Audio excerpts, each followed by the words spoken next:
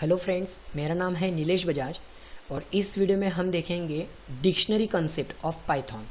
Okay, इसके पहले के कंसेप्ट में हमने देख लिया है list which is collection of items, tuples collection of items, set which is also collection of items. Similar to all that dictionary is also collection of items. सिर्फ इतना है कि डिक्शनरी जब हम डेटा बनाएंगे तो it is unordered collection of items.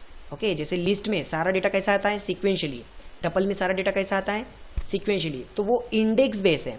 लेकिन set में और डिक्शनरी में डेटा अनऑर्डर रहता, जो इंडेक्स पे काम नहीं करता। ओके, अब देखो, जब हम सेट या लिस्ट या टपल बनाएंगे तो इसको बनाते वक्त हम क्या यूज करते हैं, एक एक वैल्यू। जैसे फॉर एग्जांपल अगर मुझे लिस्ट बनाना है तो हम कैसे लिखेंगे, लिस्ट इक्वल्स टू, और मुझे अगर वैल्यू लेना है तो सिंगल सिंगल वैल्यू लेंगे, वैल्यू 10 या वैल्यू 20, इस तरह से। वही अगर मुझे टपल बनाना रहता तो सिर्फ स्क्वायर ब्रैकेट की जगह पे हम क्या लगाएंगे, पैरेंथेसिस, इसमें वैल्यू कॉमा, इस तरह से। और सेम अगर मुझे सेट बनाना है तो कर्ली ब्रैकेट के अंदर वहाँ पे हम कैसे लिखेंगे, 10 20 इस तरह से, जो भी है। लेकिन जब हम डिक्शनरी बनाते हैं तो डिक्शनरी को रिप्रेजेंट कर्ली ब्रैकेट में ही करते हैं, और डिक्शनरी में दो चीजें आएंगी, की और वैल्यू। जैसे फॉर एग्जांपल मैंने लिया की एज ए और इसको वैल्यू इनिशियलाइज की, लाइक सपोज 10, कॉमा, अगेन की लिया सपोज एज बी और इसको वैल्यू इनिशियलाइज किया 20, इस तरह से। मतलब सेट, लिस्ट और टपल, इसके अंदर जब हम आइटम्स लेंगे तो it act as a single value. लेकिन वही हम जब डिक्शनरी में कोई डेटा लेंगे तो डिक्शनरी में आपको दो चीजें लेना है, की एंड वैल्यू, ये हो गया एक एलिमेंट, ऐसे ही फिर दूसरा की और उसकी value, that is second element, and so on. Clear?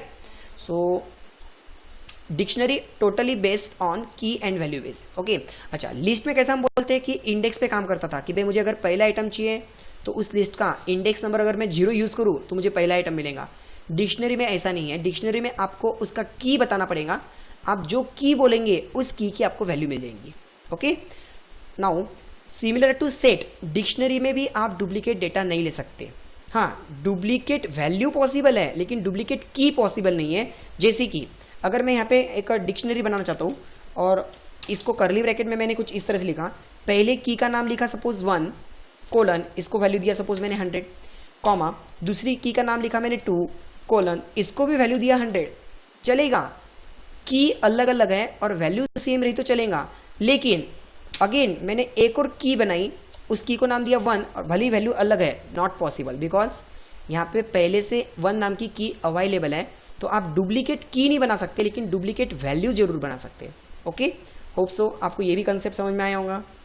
तो यहाँ पे शॉर्टकट में बताया हुआ है कि लिस्ट हम काय में रिप्रेजेंट करते थे, स्क्वायर ब्रैकेट में, टपल काय में रिप्रेजेंट करते थे, पैरेंथेसिस में, सेट काय में रिप्रेजेंट करते थे, कर्ली ब्रैकेट में, डिक्शनरी को भी कर्ली ब्रैकेट में रिप्रेजेंट करते हैं लेकिन की और वैल्यू के साथ।